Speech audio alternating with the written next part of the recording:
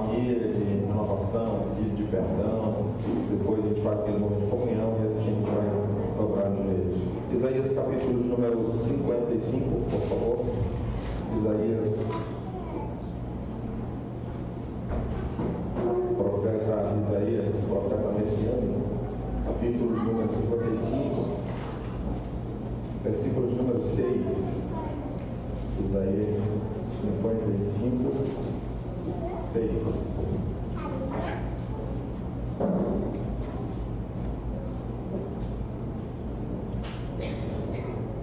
Diz o texto: buscai ao Senhor, buscai o Senhor enquanto se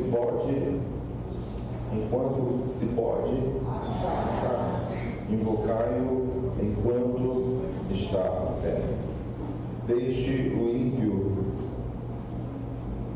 deixe o seu caminho, e o homem maligno os seus pensamentos, e se converta ao Senhor, que se compadecerá dele. Volte para o nosso Deus, porque grandioso é perdoar.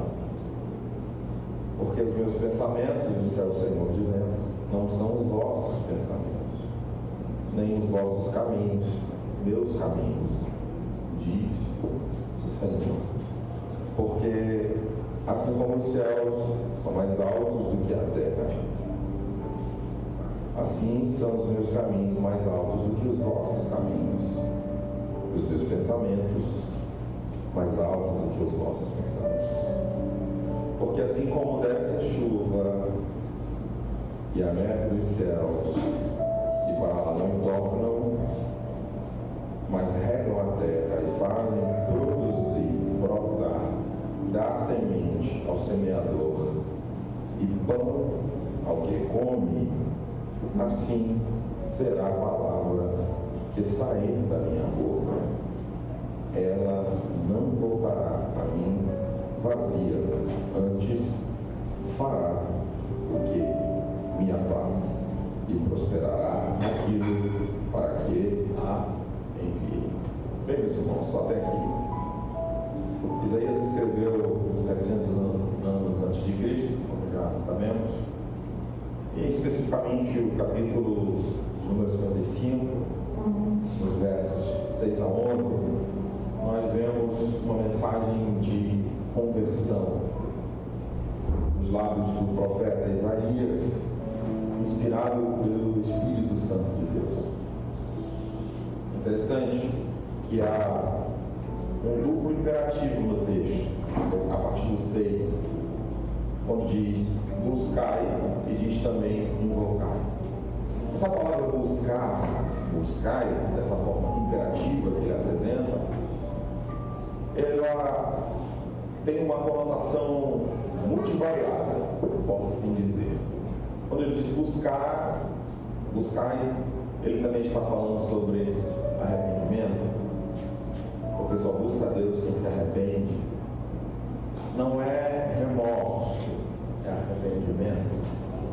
Arrependimento tem a ver com não gostar da ação que foi feita e repudiar aquilo que a gente fez. Em outras palavras, odiar aquilo que nós erramos, aquilo que nós falhamos. Isso é arrependimento. Tem muita gente que pensa que se arrependeu de fazer uma coisa, mas não, ela apenas se sentiu desconfortável. Isso não é arrependimento. Arrependimento verdadeiro consiste quando eu passo a odiar aquilo que eu fiz, que eu sei que não agrada a Deus. Isso também é buscar. Buscar também tem a ver com conversão, tem a ver com confissão, tem a ver com renúncia. É impossível buscar a Deus em uma zona de conforto. É impossível buscar a Deus afundado nos pecados, desejando permanecer nele. Quando Isaías escreve, inclusive há um sermão muitíssimo conhecido do pastor, do pregador, do príncipe dos pregadores, Charles Spurgeon, que ele usa esse texto falando sobre esse buscar a Deus. O texto nos mostra que quem precisa de Deus gente vive numa geração onde existem algumas narrativas equivocadas, algumas falácias. E uma dessas falácias é de que você não precisa buscar Deus, porque Deus te ama. Você pode ficar no pecado, você pode permanecer nele, não há nenhum problema, porque Cristo já veio morrer pelos nossos pecados. Então, se Ele morreu pelos meus pecados, o que é que eu vou fazer diante disso? Não vai fazer diferença? É uma falácia de nosso tempo. O texto me mostra de uma forma explícita que eu preciso buscar Deus, que eu preciso ir até Deus, que eu preciso de Deus. Outras falácias dos nossos dias é que o ser humano não precisa de Deus. Nós vemos pessoas aí ausentes, onde Deus para ela não significa nada, onde Deus para ela é uma invenção de uma denominação religiosa, onde Deus para ela é uma invenção do imaginário humano. Mas o texto me mostra que eu preciso buscar Deus. Aleluia.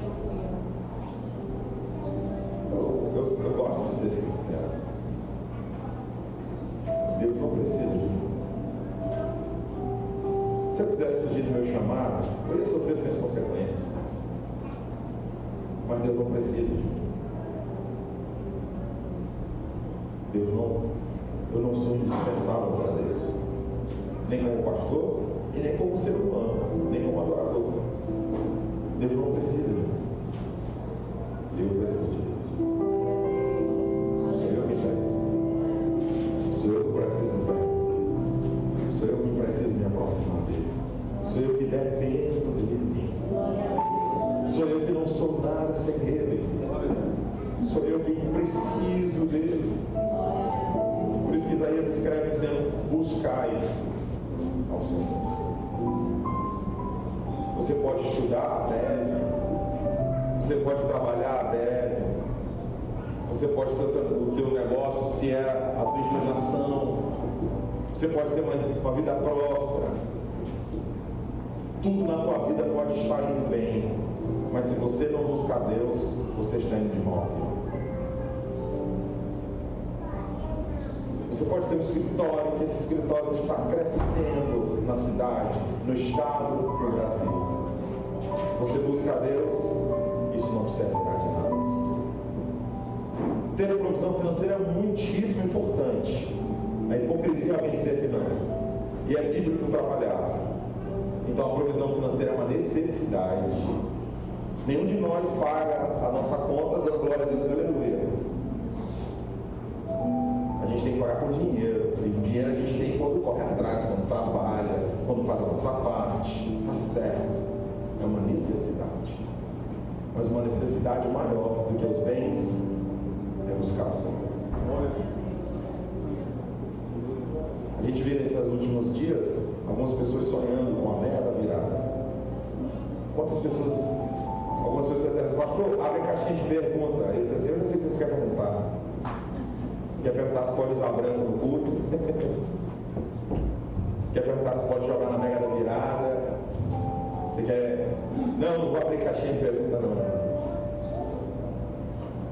A gente não tem gente sonhando em receber uma bolada financeira, uma grana que vai mudar a sua vida financeira. Pode mudar. Mas todas as megas das viradas que possam ter existido nunca comprarão a salvação. Todo o dinheiro do mundo que alguém possa ter em uma conta, em um patrimônio, não lhe garante vida eterna. Ter todos os contatos que a gente pode ter não nos trazem a alegria verdadeira que só Jesus pode me dar. Fruto de quem busca. Tem muita gente por aí que não tem um pingo de Deus, porque não busca, não deseja, está satisfeito com seus títulos, com seus anéis, com seus amigos, com a sua movimentação financeira, com o seu imposto de renda. Isaías diz: buscai ao Senhor. E ele me mostra que há um tempo de validade. Isaías diz: buscai ao Senhor enquanto se pode achar. Muitas pessoas vão descobrir que não vale a pena a vida que elas estão levando quando for tarde demais para elas.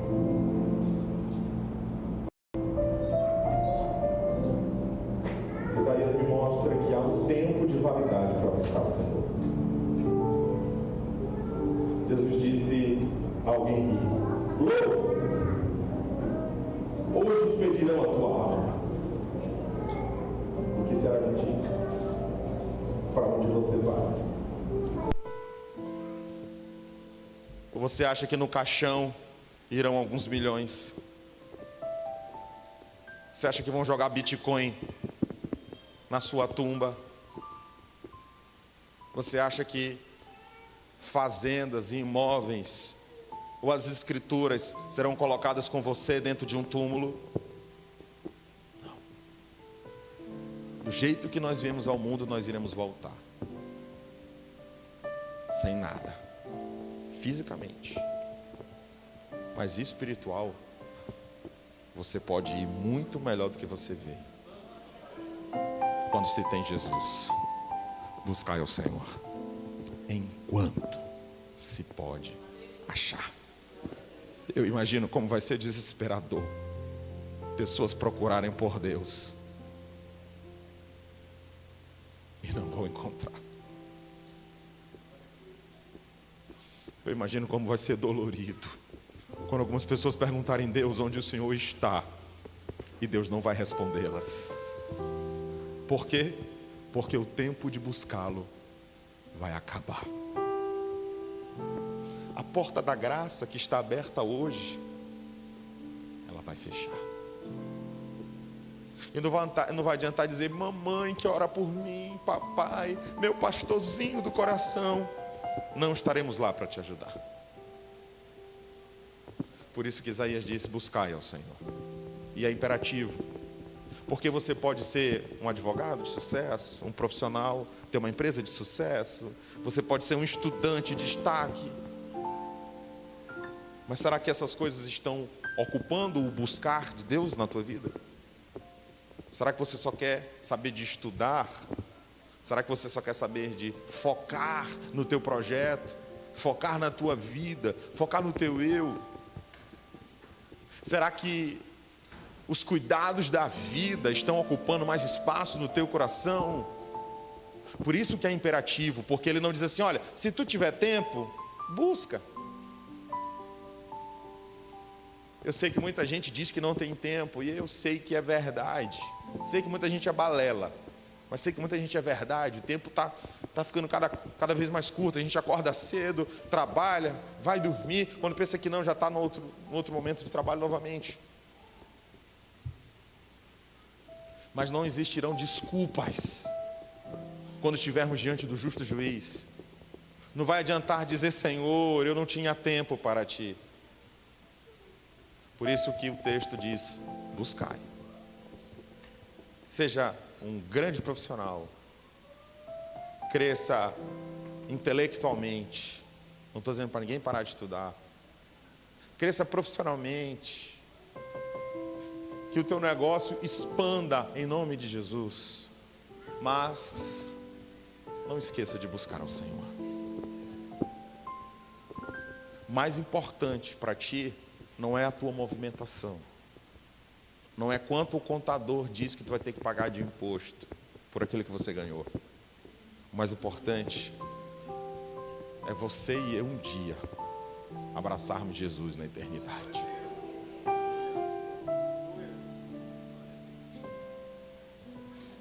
O dinheiro não vai comprar isso.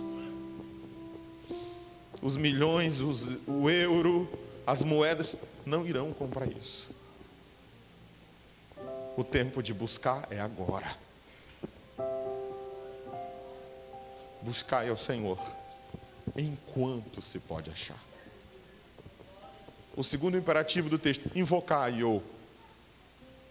Clame, chame. Mesmo cansado de um dia de trabalho, não esquece quem tem te sustentado, quem tem te abençoado, quem tem te dado fôlego, quem tem te protegido. A Bíblia diz que os anjos do Senhor acampam ao redor daqueles que o servem e o temem. Deus te protege, Deus te ajuda, Deus abre porta. Certa vez um pastor chegou para mim e disse assim: eu sei que tem gente que Deus abençoa, mas tem gente que parece que Deus está adulando. Tem gente que Deus cerca de tudo quanto é lado, mas é cego, não enxerga, só murmura, só reclama, só se maldiz. Você tem oportunidade de comer o que você quer e você ainda acha que isso é obrigação de Deus. Você que acha que ainda isso é pouco. Isaías me fala: invocai-o enquanto ele está perto. Por enquanto ele está perto. Por enquanto. Por enquanto. E eu não quero com essa palavra usar de algum tipo de estratégia de causar medo no coração de ninguém. Até porque o medo faz paralisar pessoas. Mas essa palavra é para me mostrar a minha realidade. Se eu só estou mais ocupado com os meus cursos, com os meus projetos, sonhando namorar, noivar, casar, ter filhos, muito ocupado com aquilo que eu tenho idealizado. E aonde está Deus no teu 2024? Que tipo de plano você já fez, incluindo a obra de Deus e a sua vida? Ou você só até nesse presente momento tem pensado só em teus projetos? Invocar enquanto está perto me faz deduzir a minha necessidade de receber o perdão dos meus pecados e receber de Deus o seu doce Espírito, receber do Senhor suas orientações, porque essa vida na terra é passageira. E para ser sincero, nós é que parecemos ser passageiros nela. Parece que a vida é que está levando, porque o tempo está voando. Os outros textos, versículos, que eu não terei tempo de falar deles, nos mostra versículo 7, quando Isaías disse: deixe o ímpio o seu caminho e o homem maligno os seus pensamentos. Quando ele fala deixar, ele me dá a possibilidade de abandonar uma prática que não agrada a Deus, que eu tenho consciência de que é pecado, que eu tenho consciência de que me afasta, e existe a possibilidade de eu não estar preso a ela. Por isso ele disse: deixe o ímpio o seu caminho, deixe o homem maligno. Tanto impiedade quanto maligno são palavras muito parecidas nos originais. Nós aqui temos pela nossa língua do português, como diferenciar uma coisa da outra, mas lá são muito semelhantes. E ela me mostra a necessidade que eu tenho de deixar uma prática de pecado para viver para o Senhor. Por isso disse: deixe o homem maligno, deixe o ímpio o seu caminho, os homens malignos, o homem maligno os seus pensamentos. E ele fala, conclui: e se converta ao Senhor. Eu não conheço algumas pessoas que estão aqui nessa noite, e algumas eu conheço. A Bíblia me mostra que sou eu que tenho que fazer isso. Não adianta seu pai, sua mãe, seu marido, sua esposa, seu pastor, não adianta. A decisão é minha e sua, unilateral, de deixar o pecado para converter ao Senhor, para manter comunhão com o Senhor, para ter santidade, para exercer relacionamento. Duas coisas que não combinam, Deus e pecado, não combinam. São totalmente antagônicas. Deus é santo, não pode contemplar o mal. E se eu quiser ter uma vida de comunhão com Deus, não é no lamaçal do pecado que terei. Sou eu que tenho que deixar. É outro imperativo, deixai. Porque alguém pode até justificar, mas tente. Se não conseguir, não tem problema. Não, é deixai para ontem. O versículo 8 mostra planos que talvez você fez em 2023 e eles não deram certo. E eu gosto quando o texto mesmo diz, quando Deus fala no versículo 8, porque os meus pensamentos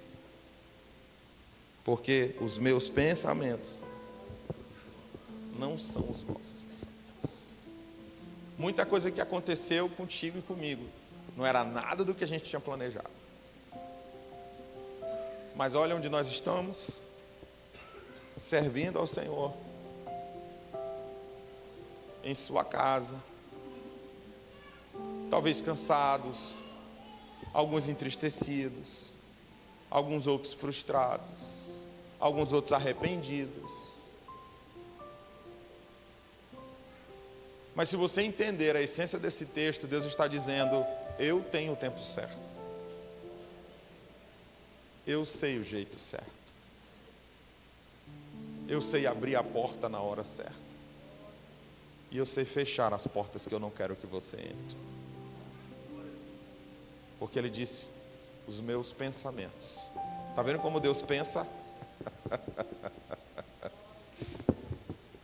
Já imaginou o que é Deus reservar um tempo para pensar em você?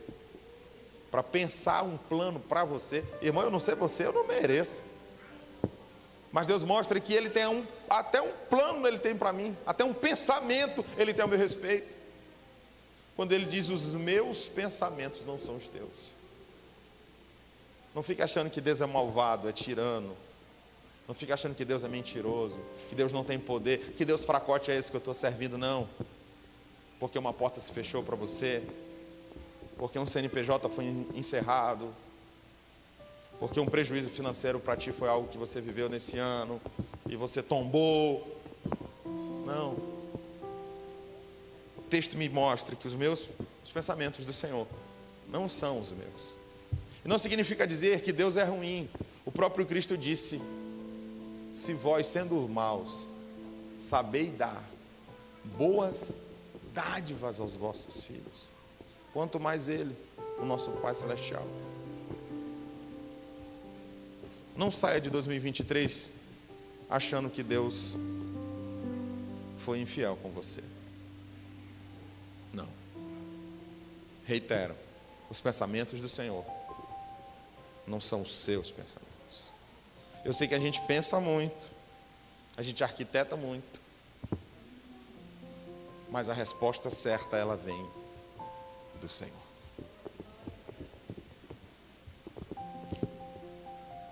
Ele diz ainda, no versículo 8 ainda, nem os vossos caminhos são os meus caminhos, diz o Senhor. Então, nem a forma, como algumas coisas que eu acho que Deus tem que fazer, Deus, o Senhor tem que ir por aqui, o Senhor vai fazer assim, não. Ou você aprende a confiar, ou você entrega, ou você vai viver eternamente aflito, ansioso, preocupado, tenso. Porque Deus tem um caminho perfeito, nós não. Achamos que nós sabemos melhor do que Deus. Achamos que temos um caminho melhor do que o dele. Achamos que Ele é que sabe aquilo que é melhor para nós. Mas não, está aqui. Versículo 9, preciso encerrar. Ele mostra a discrepância. Quando diz, porque como os céus são mais altos do que a terra, assim são os meus caminhos mais altos do que os vossos caminhos, e os meus pensamentos mais altos do que os vossos pensamentos. O reino de Deus, o reino espiritual, Às vezes é difícil da gente compreender. Mas há uma certeza de que, do jeito que está distante essa terra dos céus, a sua vida está no controle das mãos do Senhor. Só aprenda a esperar o tempo de Deus. Só aprenda a esperar a forma de Deus trabalhar em você. Não se precipite. Não tome decisões às coxas. Tome cuidado que alguém fulano disse para fazer desse jeito. Busque saber que caminhos o Senhor tem. Porque você pode achar que é uma solução o que alguém está te dando, e pode só multiplicar problemas que você vai ter. Mas se você perguntar para Deus, que conhece os caminhos, porque sabem que eles são mais altos.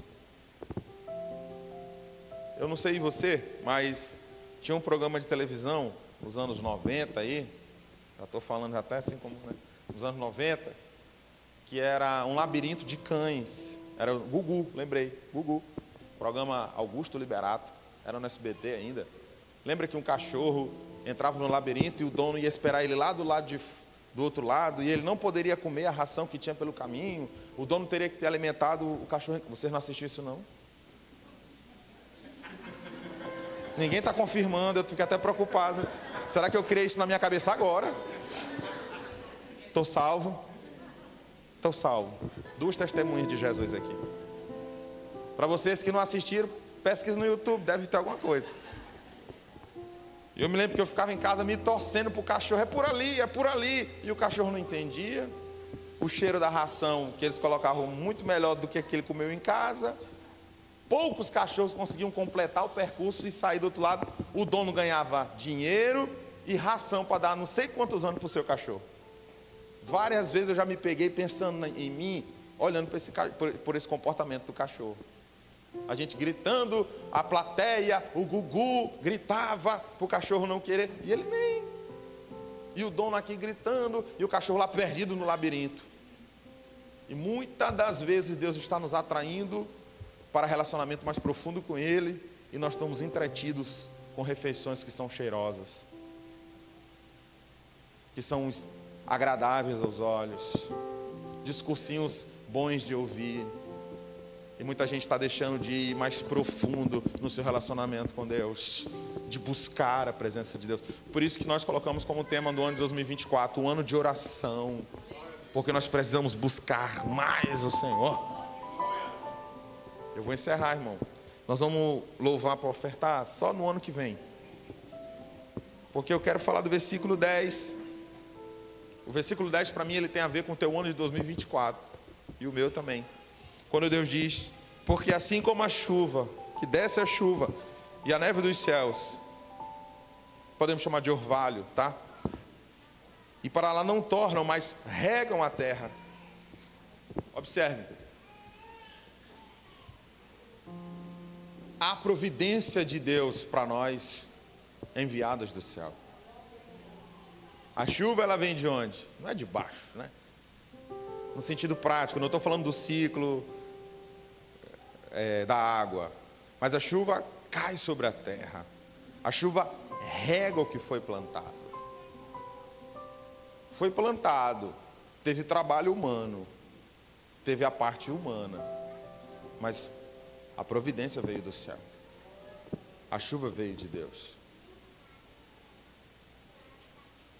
E eu não sei como vai ser o meu e o teu 2024, mas uma coisa eu sei: haverá providência de Deus para nós. Se você não crê, não tem problema, eu creio. Se você não quer, também não tem problema, eu quero. Providência de Deus para nós. Chuvas dos céus, para regar uma terra seca, um coração ferido, um coração cansado. A providência de Deus para nós. Receba chuva de bênçãos de Deus em 2024. Que 2023 não termine sem antes Deus cumprir algo que Ele já disse. Ele pode. Faltando um minuto Ele pode, faltando um segundo Ele pode. caminho de Deus é mais alto e eu não vou entender nunca, porque Deus é Deus e homem é homem. Ou você luta com Deus, ou você aprende a descansar, ou você aprende a entregar. Meu Deus, ele diz: a chuva que rega a terra, faz produzir. Isso aqui é prosperidade para quem vai produzir, viu, irmão? Faz brotar da semente ao semeador e pão que come. Coloca aqui 3 classificações, né? O produtor, o semeador e nós, os comedores. Pão ao que come. Providência de Deus. Não sei como vai ser, mas eu sei que Deus estará em todos os capítulos da nossa história no novo ano. Por quê? Porque ele vem, versículo 11: assim será a palavra que sair da minha boca. Ele é fiel. E quando você achar que não, lembre, ele é fiel. E quando alguém enganar você, lembre, Deus é fiel. Se alguém mentir para você, iludir você, lembre, Deus é fiel. A palavra que sai da boca dele, ela vem para te alimentar, ela vem para te direcionar, ela vem para te exortar, ela vem para te consolar, mas também vai transformar, mas também vai te restaurar, mas também vai realizar uma obra em você, vai te fazer crescer. A palavra que sai da boca de Deus, ela muda a tua história, ela muda a nossa história. Entrega o teu caminho ao Senhor, confia nele, e o mais ele fará. Amém? Fique de pé, por favor.